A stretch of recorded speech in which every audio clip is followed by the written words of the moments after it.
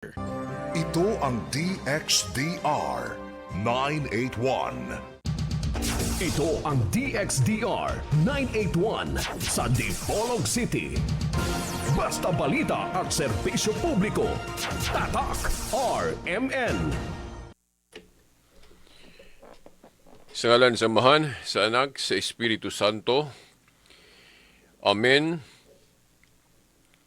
Mga igsuon, nasayod ba mo nga kanang kahibaw o kaalam sa pagbuhat bisan unsa, apil na ng pagkulit o pagdibuho, kahibalo ba mo nga kana nga kaalam, kana nga abilidad, kahibalo na o abilidad na nga gituga o gikan sa Dios?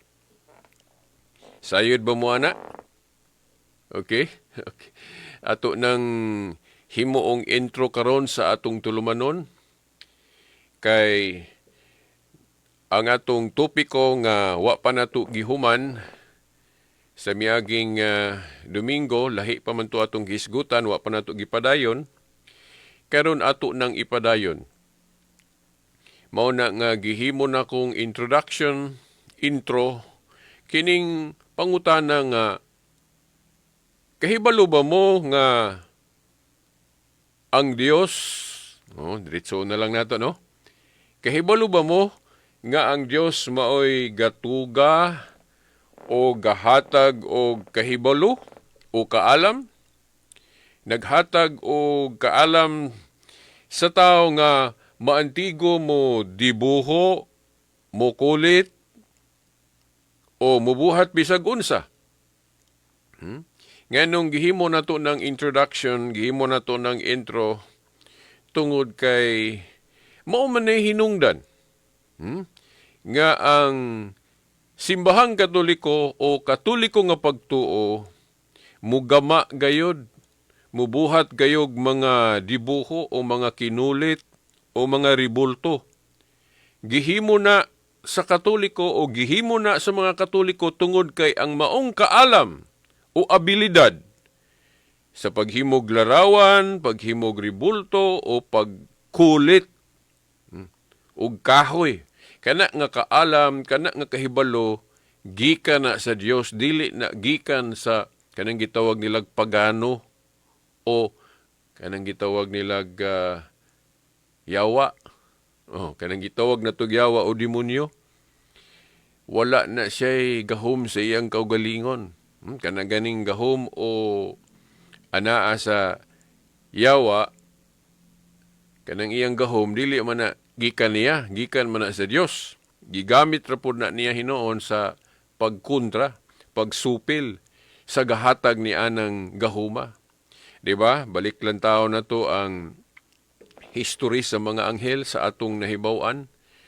Ang yawa, kanhi usa na ka anghel, usa ka anghel nga binuhat sa Dios, kato si Lucifer.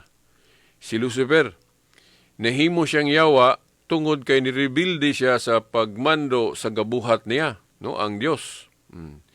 Pero asa man na gikan niya kanang iyang gahom, kanang iyang gahom. Siyempre sa gabuhat niya ang Dios.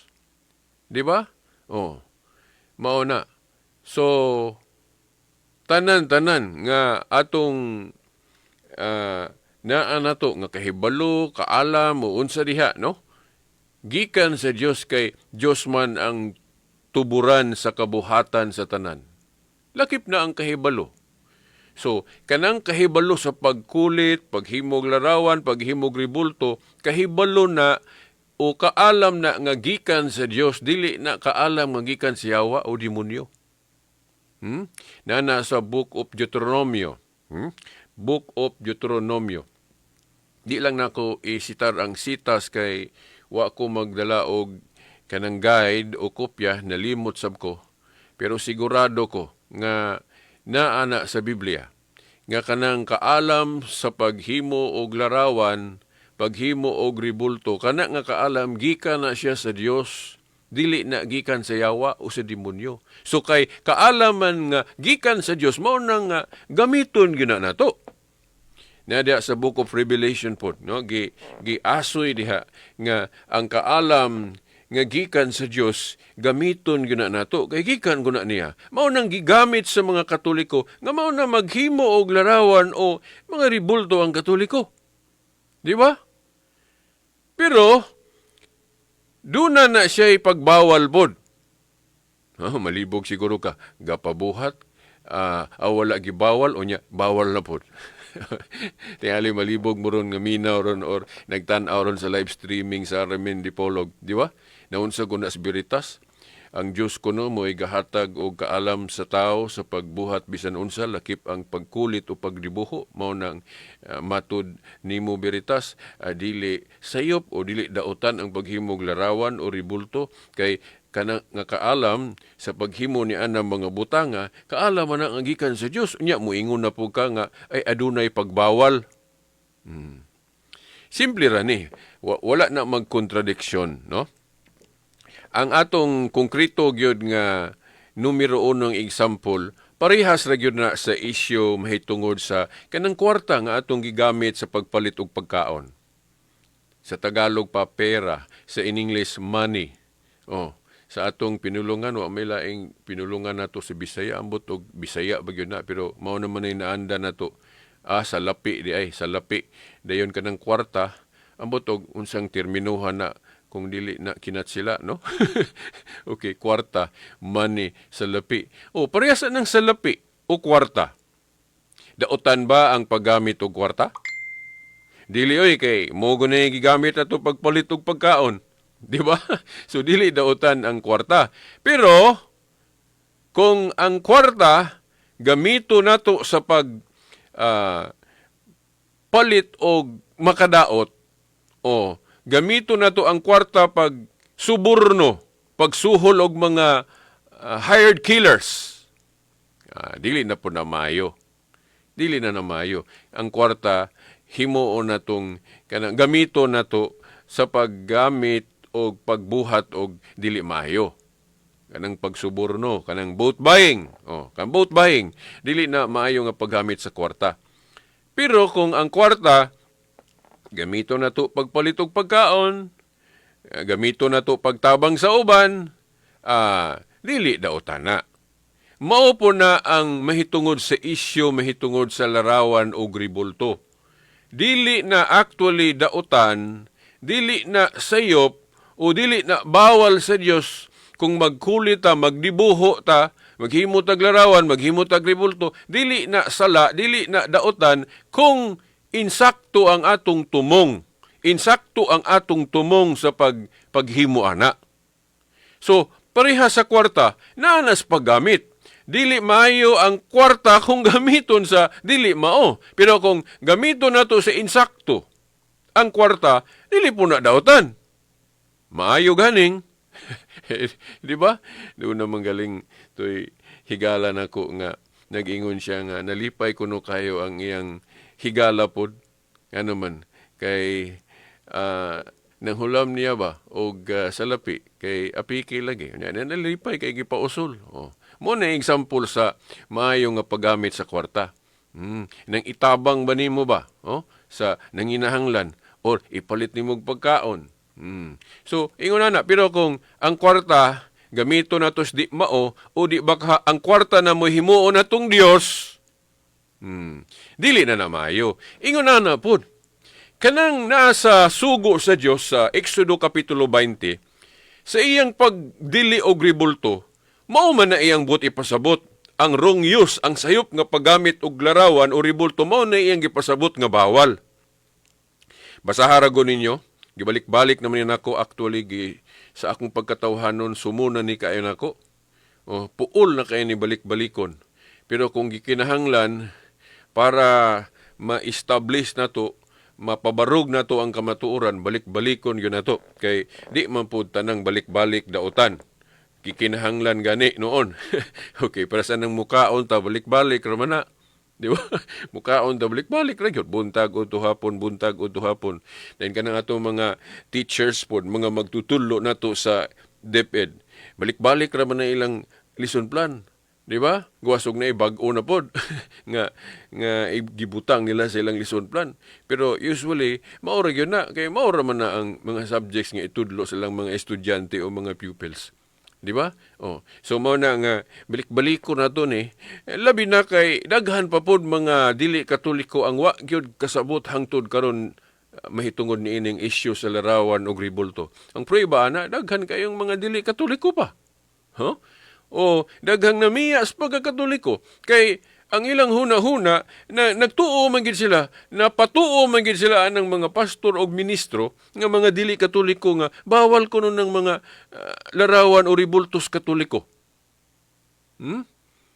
Sige kaingon ko na bawal lagi kung sayop ang tumong sa paghimo ana o paggamit ana. No, giklaro man na sa Dios sa iyang pagmando, sa iyang pagdili sa Exodo 20. Exodo 20 versikulo 3, versikulo 4 ug 5. Bisag kana lang tulo ka bersikulo. Kung sumadaho na, dili man gyud sayop ang Katoliko. No? Dili gyud sayop ang Katoliko kung sumadaho ng tulo ka bersikulo. Kanang versikulo 3, versikulo 4 ug versikulo 5. Sa Exodo 20, kanang gi-narrate, gipadayag sa Dios kanang iyang pagbawal. No? Nag-ingon siya sa verse 3. Ayaw pagbaton og laing Dios gawas kanako. Ayaw pagbaton og laing Dios gawas kanako kay usa ra goy Dios. Usa ra ang Dios, no? Kanang sa verse 3, giklaro gyud niya, ayaw pagbaton og laing Dios gawas kanako. Dayon sa verse 4, naghisgot na dayon siya mga pagdili. Ingon din siya, ayaw paghimog larawan bisan unsang dagway. Ayaw pagyukbo niini kay ako abughuan. Kay usa ra gud po Dios niya nganong mag-ilaman tag laing Dios. So ang buot ipasabot sa Dios, bawal ang paghimog ribulto bisan unsa kung ipaka-Dios. Himuon natong Dios, mao ni bawal. Ludha nato ingon nga Dios. Simbaho nato ingon nga Dios. Kanang ribulto nga atong buhaton, mao ni bawal. Idolatry. Mao ni bawal. Unya ang Katoliko gatudlo nga himuong Dios ng ribulto. Giludhan sa mga Katoliko ng larawan sa mga santos kay mga Dios na. Mao ni pagtulon ang Katoliko. Dili oy. Wala gyud gatudlo ang Katoliko nga kung maghimog larawan ni Mama Mary, maghimog larawan sa mga santos, ludhan ingon nga Dios. Nagtudlo ba ang Katoliko ana? Simbahon ingon nga Dios, dili oy.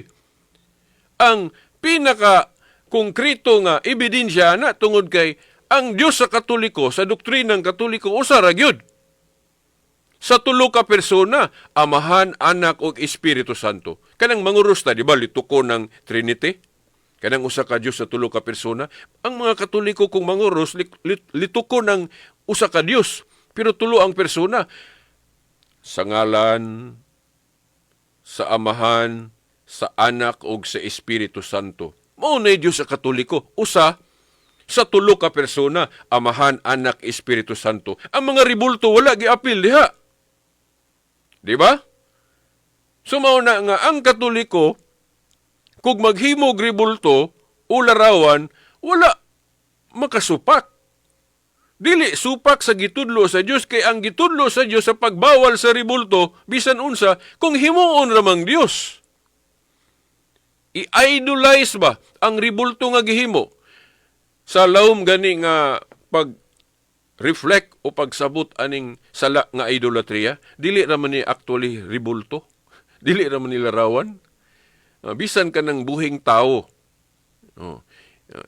himuo natong Dios, ilho nato ingon nga Dios, sama kaniadto sa mga emperador nga pagano, katong wala ma-Christianize, sama ni Emperor Nero, katong nakita sa kasaysayan history nga unang emperador nga nailang nga bangis kaayo nga nagluto sa mga Kristiyanos, katupod si Emperor Diocletian. Ang ilang gipatuo sa mga tao sa ilang imperyo kaniadto nga sila maoy Dios. Kato si Cesar Nero, si Diocletian. Sila mo'y silbing bathala kay dili man sila motuog Dios. pagano god, pagan emperor, si Caesar Nero. Iyang gipatuo sa imperyo niya kaniadto sa Roma nga siya mao'y Dios. Mao na nga kung dunay mga sakop niya sa iyang imperyo nga muhangad pag kanang matuod nga Dios, musimba atong gisimba sa mga Kristiyano nga matuod nga Dios, ilang patio na lutuson. Di ba katong mga panglutos sa mga early Christian sa una? Katong mga Kristiyano pamatyon nga naman. Kay ang Dios sa imperyong Romanhon ni adto nga pagano, ang ilang Dios kana mang emperador. Ang ilang Dios kanang emperador, dili itong Dios sa langit. Di ba? So mao na laing buot ipasabot pud anang sala nga idolatry panang litua ka sa maong panahon ni Emperor Nero. Wa ka kaila sa matuod nga Dios, ang imong gihimong Dios kanang emperador. Sala gihapon na anang Exodo 20, 3 hangtod sa 5, bisag dili ribulto si Nero. Di ba? Tao man to si Nero.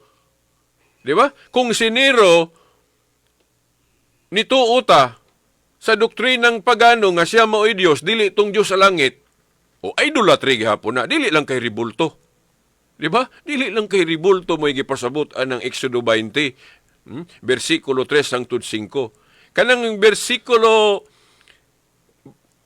4 o 5 sa Exodo 20, gasampol lang na, gahimo ra nag-example. Kasama anang ribulto o larawan bisan unsa, basta himuong Dios, ay idolatry na. Kay dili man mahimo nga kanang binuhat og kamot mahimong Dios. Kay ang Dios, wa may sinugdanan, wa pa'y katapusan, dili man na binuhat og kamot. So kung maghimo kag larawan, maghimo kag ribulto, himuon nimong Dios, mahimo na day ng Diyos-Diyosan. Bawal yun ang Diyos-Diyusan. Klaro mo na as doktrinang Katoliko. Basahan ninyo ang katikisem nga naghisgot unsay definition anang idolatry. Matud pas katikisem, kana kunong idolatry nga sala, divinizing what is not God. Divinizing what is not God. Kana bang ipaka-Diyos ang dili Diyos. Di ba? Kana bang imong gihimong number 1 sa imong kinabuhi nga dili dapat i-number 1 sa imong kinabuhi. Di ba? Kay ang number 1 sa atong kinabuhi gyud dapat Dios, kay siya may creator. Labang makagagaho man siya. Siya may tag-iyas kalibutan. So dapat ang atong priority nga number 1 sa atong kinabuhi ang Dios. Dili kanang mga butang. O bisan kanang tao. O bisan kanang imong hilig pananglit. Karon daghang tamaan jud ani, no? Pero kinahanglan hisgutan na to. Katong mga naulipon sa droga. Katong mga naulipon sa droga, kanang sila pa adik-adik. Nga di na musimba. Kay ang ilang gihuna-huna, sige lang ng turok. Kanang shabu. Ubang gitawag nila bato. Dili na musimba kay didto na nakapuko sa droga. So, ang druga, mao na'y number 1 sa ilang kinabuhi. Mangawat naman ganing. Sugot naman lang galing. Mangawat, makaunahuna nagpangawat, pamaligyag butang para lang makapalit og druga. So, buot ipasabot, ang druga nahimo ng number 1 sa kinabuhi. So, kay nahimo namang number 1 sa kinabuhi ang druga, anang mga igsuon na tong adik-adik, so but ipasabot, mo na ilang Diyos. Kay mo na may number 1 sa ilang kinabuhi, druga naman. So, nahimo nilang Diyos ang druga. Di ba? Kay kanang Diyos, but ipasabot, dili tinuod Diyos. Sama ng moingong kag doktor kay dili tinuod doktor. Tarak-tarak kay dulaan lang, dili gyud siya tinuod. Di ba? O kana pong Diyos-Diyusan nga gibawal sa Dios, kanang gitrato nimo, gituhuan nimong Dios, nakapokus lang ka na mo na number 1 sa imong kinabuhi, unya dili na dapat i-number 1 kay Dios man gyud sa langit mo i-number 1, so mahimo na ng Diyos-Diyusan nimo. No. Ang uban pod, ang gihimo nilang number 1 sa kinabuhi kanang pamay. Kanang sin of idolatry ba? Kanang adultery. Kung mao na nay number one sa imong kinabuhi o di ba kahilayan, imbes Dios mo'y number one sa kinabuhi, kahilayan na, kanang paghubog-hubog o sugal, mao nay number one sa kinabuhi. So nahimo na ng Diyos-Diyosan, kanang imong hilig. Kay dapat, ang Diyos ramang yun mo'y number one sa kinabuhi. Priority yun na to, mga igsoon. Sumaw na, kanang pagdili sa Diyos sa mga larawan o ribulto, bisan unsa ripirido na sa mga Diyos-Diyosan. Kadtong giisip kaniadto sa mga tao nga mao nay number one silang kinabuhi, mao nay Diyos nila apan dili matuod nga Diyos, mao nay Diyos-Diyosan. Pero ang mga larawan sa Katoliko, mga ribultos Katoliko, dili na Diyos-Diyosan tungod kay wa magtudlo ang pare, wa magtudlo ang katekismo nga himuo ng Diyos-Diyosan. Ludhan na, simbaho na ingon nga Diyos. Wa magtudlo ang pare ana. Kung doon na manggali pare ang magtudlo ana, dili na siya tinuod Katoliko. Di ba? Pananglit, doon na pare magtudlo nga, muingon nga, ang Katoliko gatudlo, nga kanang larawan ni Mama Mary o uban pang mga santos, gihimo na kay mga Diyos na. Kung na'y pare magtudlo ana, dili na siya tinuod pare. Ano magtudlo man siya nang wa man nagitudlo sa katekism. Oh. Wa may teaching ang Katoliko sa katekism o uban pa mga librong Katoliko nga opisyal nga nagtudlo nga kanang larawan sa mga santos, larawan ni Mama Mary, Diyos na. Wala oy. Ang larawan sa Katoliko gihimo lang ng representation, gihimo lang ng simbolo. Unya biblical man na. Kanang paghimo og mga simbolo, dili na bawal. In fact, ang Diyos mo'y gahimo ana o gapahimo ana. Kadtong iyang gisugo si Moises nga gipahimo niya si Moises og larawan sa anghel o keruben sa Exodo 25. Bersikulo 17 hangtod 22. No, kadtong giingnan niya si Moises, paghimog larawan sa keruben o ribultos keruben, ibutang kini sa niya ng sudlanan sa kasabutan nga gisugo nako sa paghimo. Ibabaw sa sudlanan sa kasabutan.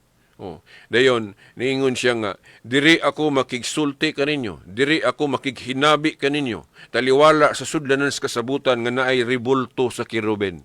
Buti pasabot, katudaing sudlanan sa kasabutan o ribulto sa anghel o keruben, nagsimbolo sa presensya sa Dios. Di ba? Kaya dito makuno siya makigistorya.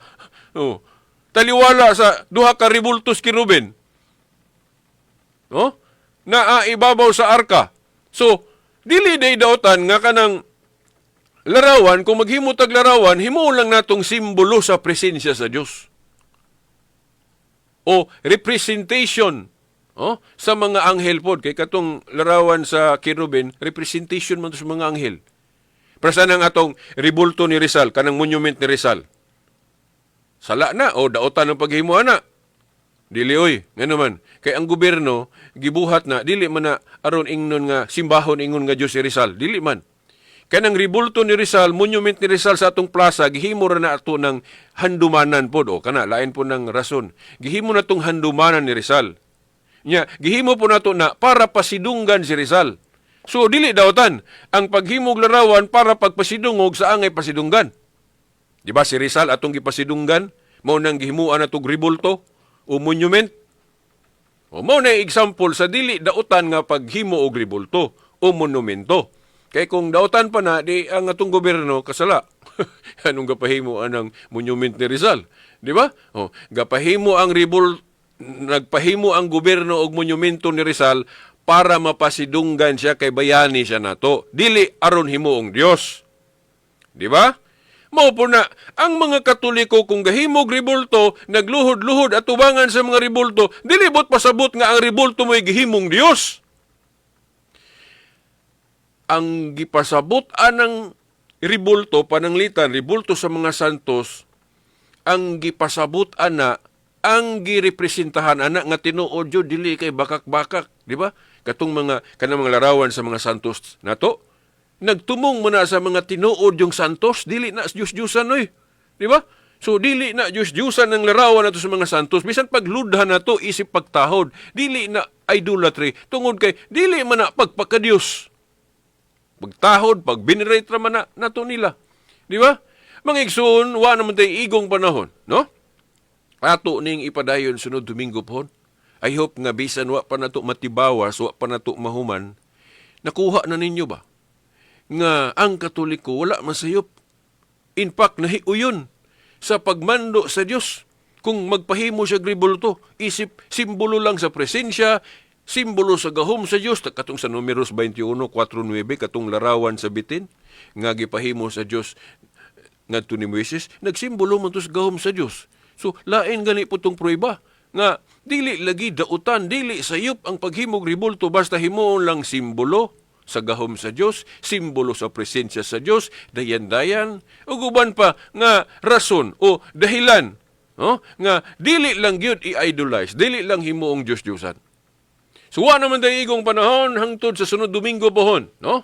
Kini si Veritas, sa ngalan sa Amahan, sa Anak, sa Espiritu Santo. Amen. Tatak RMN.